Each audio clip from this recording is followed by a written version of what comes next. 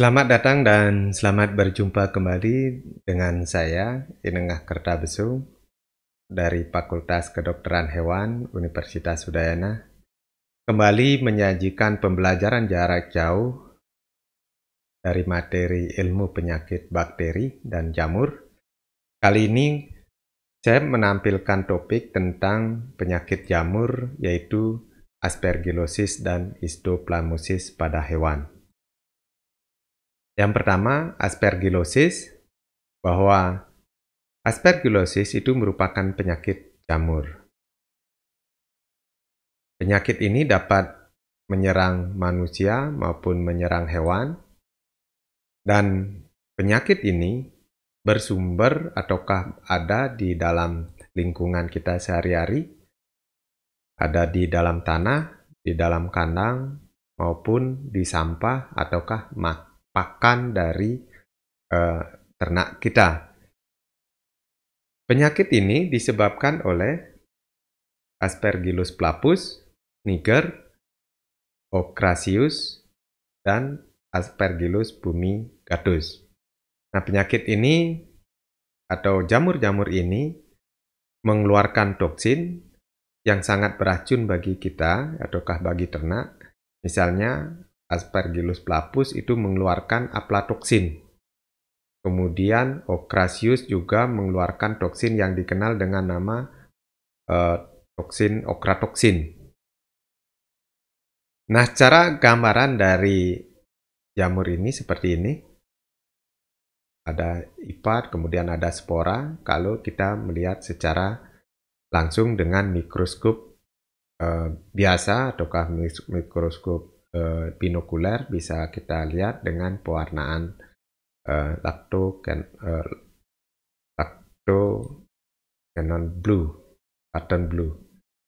katon blue. Nah, beberapa spesies yang rentan itu bisa menyerang manusia, kemudian sapi, domba, kuda, babi, anjing, kelinci, kucing, maupun kera. Ini banyak hewan yang terserang dan bisa berpindah dari satu hewan ke hewan yang lainnya walaupun tidak sejenis. Bisa sapi bisa pindah ke domba, maupun domba bisa ke kuda, dari anjing bisa ke kelinci, ataukah dari anjing ke manusia, karena ini bersifat zoonosis. Umumnya penyakit ini kita dapatkan karena lingkungan yang tercemar. Bisa ditularkan melalui udara, jerami yang pakan sapi misalnya, jerami terkontaminasi oleh jamur, sampah, biji-bijian, debu yang kita hirup juga mengandung jamur ini. Nah, penyakit ini bisa berdampak akut maupun kronis. Jadi, sekali lagi, bahwa lingkungan yang ada di sekitar kita berpeluang menyebarkan penyakit ini, lebih-lebih nanti ada faktor-faktor predisposisi. Seperti ternaknya terlalu letih, tempatnya mungkin tidak cukup, atau berdesak-desakan satu sama lain sehingga dia tidak bebas menghirup udara, terlalu berdesak-desakan, apalagi ditambah dengan kekurangan makanan, jadi kurang sehat. Tentu akan lebih memudahkan jamur ini berkembang. Ditambah dengan kebersihan dari ternak itu sendiri, kebersihan dari kandangnya tidak terjamin. Secara klinis, karena ini infeksi dapat terjadi pada manusia, biasanya pada manusia lebih cenderung ke saluran napas atau saluran paru-paru. Jadi infeksinya bisa ringan sampai dengan berat, hampir nanti menyerupai pada TBC.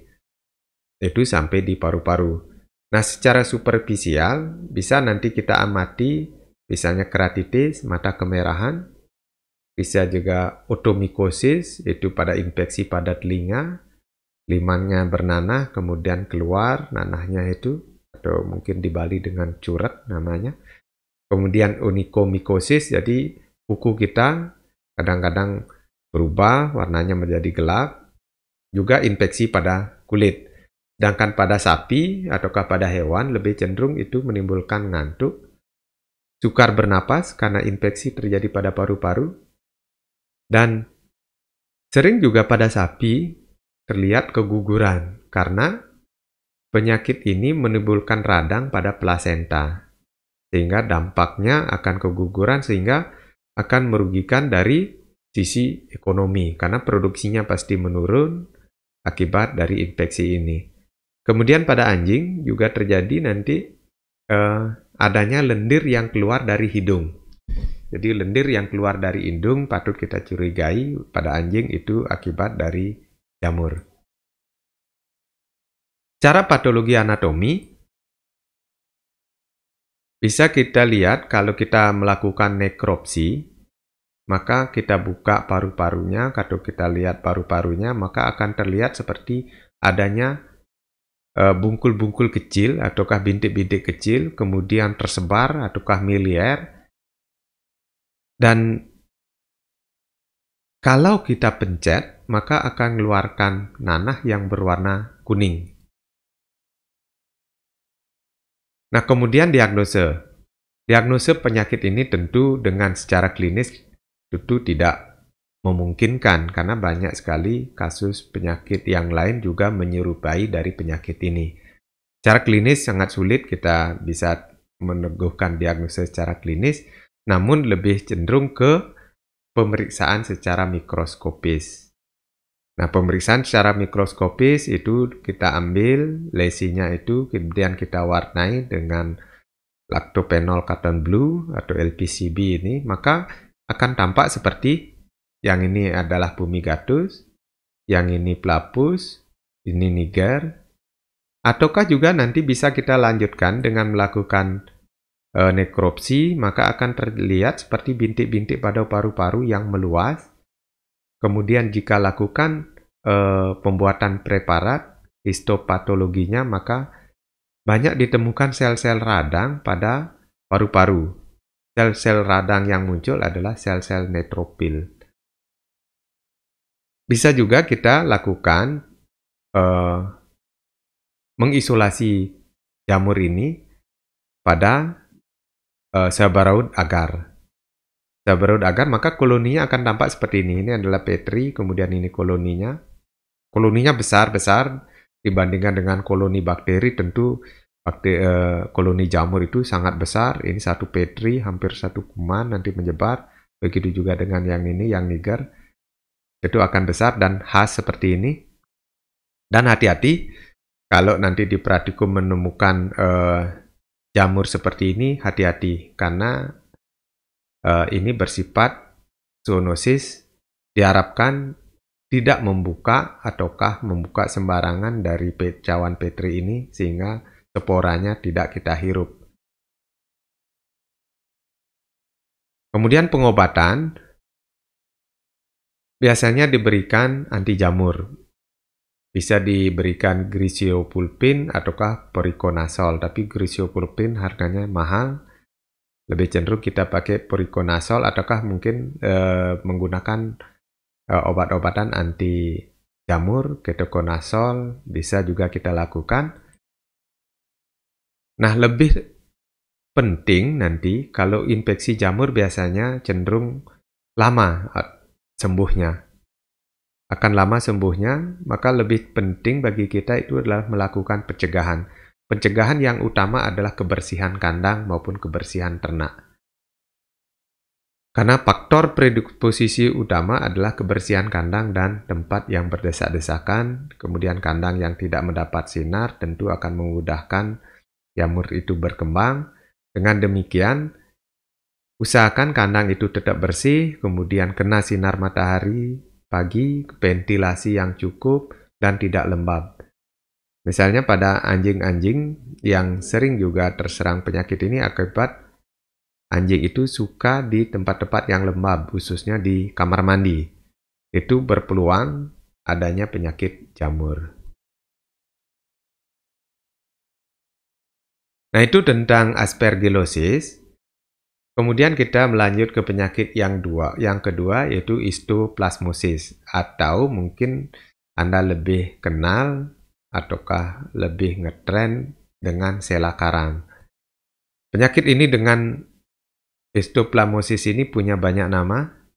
Ada limfangitis episodica, pseudoglander, pseudomaleus, saccharomycosis, African Persi, histoplasmosis kuda, equine cryptococcosis, dan sela karang. Nah, nanti kalau dalam bahasa Indonesia, jurnal-jurnal bahasa Indonesia sering memakai istilah sela karang. Penyakit ini sebenarnya tidak terlalu berbahaya bagi kita, jadi angka kejadiannya pada hewan itu sangat rendah, begitu juga dengan mortalitasnya. Jadi angka kematiannya juga rendah, namun demikian tentu dampaknya itu akan berbeda kalau dilihat dari sisi ekonomi. Jadi kalau kita punya peliharaan kena penyakit jamur, tentu tidak enak dipandang mata. Jadi secara estetik itu tidak bagus, apalagi terjadi pada hewan kesayangan, tentu sangat-sangat tidak menarik. Kalau terjadi pada hewan, tentu nilainya juga rendah. Di samping nanti pengobatan terhadap penyakit ini juga perlu biaya untuk pengobatannya, sehingga dengan demikian berdampak dari penyakit ini lebih cenderung ke dampak ekonomi dan estetika. Nah, kejadian dari penyakit ini terjadi pada kuda, biasanya disebabkan oleh Histoplasma parsimoniorum, kemudian pada sapi, anjing, kucing, kelelawar, maupun kera itu disebabkan oleh Histoplasma capsulatum. Tetapi pada manusia disebabkan oleh Histoplasma capsulatum dan Histoplasma tuboisii. Ini yang paling sering terjadi. Nah, jamur ini bersifat dimorfik. Jadi dua karakter dari bakteri ini yaitu kalau suhunya lebih rendah, biasanya dalam bentuk kapang. Jadi dalam bentuk jamur. Jadi bersel banyak. Jadi ada cabang-cabang hifa yang bisa kita lihat, kemudian ada sporanya. Tetapi kalau dia suhu ditingkatkan, tempat hidupnya meningkat suhunya, dia akan berbentuk sebagai kamir. Jadi sel jamur yang satu sel. Dan biasanya itu yang bentuk kapang itu menyesuaikan dengan suhunya, suhu lingkungan. Berarti ada di alam, ada di tanah, di feses, di kandang, di pakan sapinya. Itu lebih cenderung itu dalam bentuk kapang. Tetapi kalau kita dapatkan dari host, dari hewan yang terserang, ataukah dari lesi kita lakukan pengamatan, maka akan lebih cenderung ke bentuk kamir. Nah, kejadian penyakit ini sudah menyebar luas, bisa ada ditemukan di Asia, di Afrika, Amerika, India Barat, bahkan terjadi di Indonesia, seperti Sulawesi, Jawa Tengah, Yogyakarta, dan Jakarta pernah dilaporkan khususnya penyakit jamur pada kuda atau histoplasmosis pada kuda atau sela karang pada kuda. Itu sudah dilaporkan di Sulawesi, Jawa Tengah, Yogyakarta, dan Jakarta.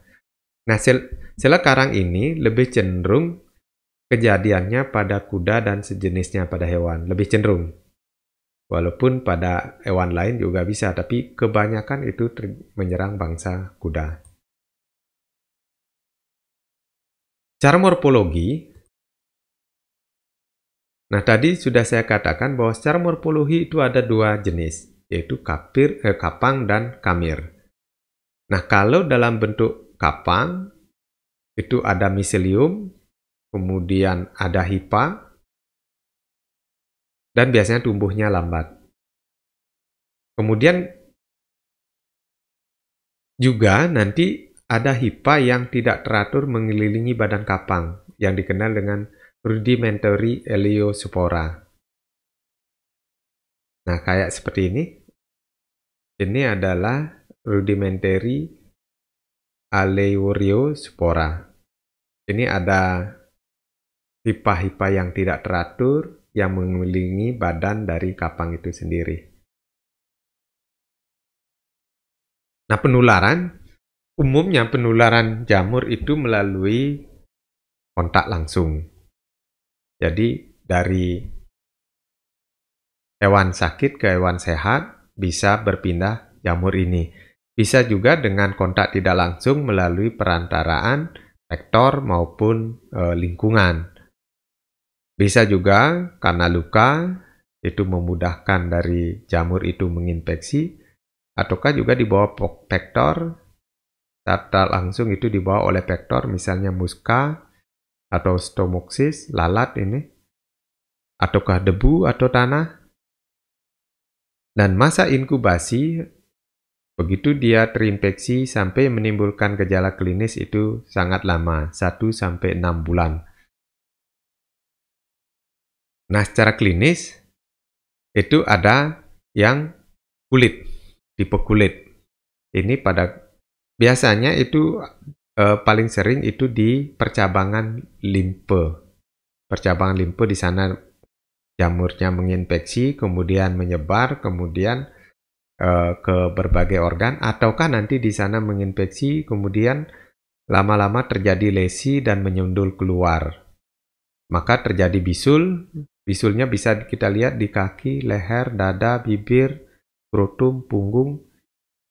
Nah, ini karena penebalan, bisa juga terjadi penebalan limfe yang superficial, bisa juga terjadi abses bernanah nanti kalau sudah sampai keluar, akan menimbulkan ulcer, seperti ini. Nah, jika penyakit itu berlanjut dan tidak tertangani, maka akan menimbulkan kekurusan, lama-lama menjadi kematian karena kelelahan. Nah, kemudian yang ada respiratory, itu menyerang dari mukosa hidung, itu adanya lesi-lesi di pernapasan atau sampai paru-paru, ini yang mengelirukan dengan penyakit Gleander, sehingga penyakit ini dikenal dengan pseudo Gleander atau pseudomalius. Juga terjadi secara okuler di mata, menyebabkan lakrimasi, banyak cairan air mata yang keluar, walaupun jarang terjadi, bisa terjadi konjungtivitis ataukah lakrimasi. Jadi lakrimasi itu bisa di mata maupun di hidung.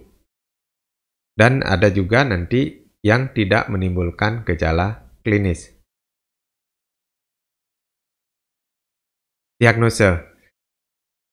Diagnosa untuk penyakit jamur lebih cenderung itu dengan pembuatan preparat dan dilihat di mikroskop.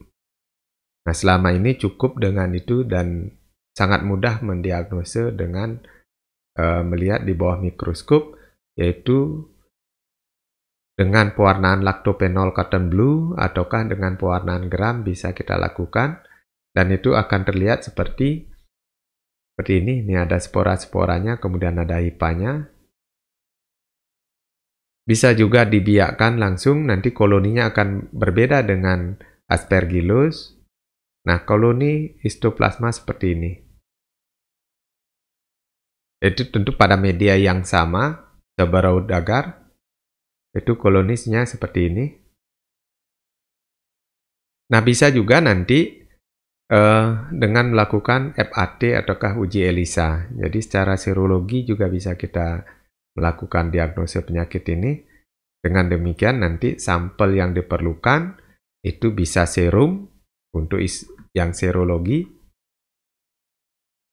pada FAT dan ELISA. Bisa juga kerokan kulit itu untuk pemeriksaan langsung ataukah lesi.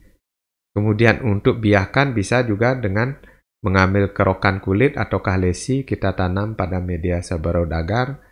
Kemudian koloni yang tumbuh bisa lakukan pewarnaan gram atau lactophenol cotton blue dan dilihat di mikroskop. Dengan pembesaran 40 kali 10 atau 400 kali maka akan tampak seperti ini. Kemudian pengobatan. Tentu karena ini adanya ulcer ataukah lesi, maka yang diperlukan adalah mengangkat lesinya atau membersihkan luka-lukanya itu, kemudian kita olesi dengan natrium jodida. Nah, jika meluas, maka disarankan itu etanasi, karena pengobatan sudah tidak efektif, kita tidak mungkin akan mengangkat semua lesi, apalagi nanti sampai ke saluran napas. Nah, tentu dengan penyakit jamur ini secara umum yang lebih ditekankan adalah pencegahan, karena pengobatan pasti akan lama dan memerlukan biaya, maka yang efektif adalah dengan pencegahan, dan pencegahan yang paling murah adalah dengan kebersihan ternak dan kebersihan dari peralatan. Peralatan yang berhubungan dengan ternak juga harus kita bersihkan. Kemudian kandangnya juga harus cukup sinar, ventilasi cukup, kemudian tidak boleh terlalu berdesak-desakan sehingga merupakan predisposisi dari penyakit ini. Nah, jika ditemukan hewan yang sakit, sebaiknya dipisahkan karena jamur ini bisa berpindah dari yang sakit ke yang sehat secara langsung. Nah, itu yang dapat kami sampaikan terhadap materi jamur. Jika tertarik dengan penyakit bakteri yang lain seperti jamur maupun penyakit bakteri yang lain, bisa dilihat di materi-materi kami sebelumnya. Dan kami mohon sarannya agar bisa melengkapi materi ini secara lebih baik.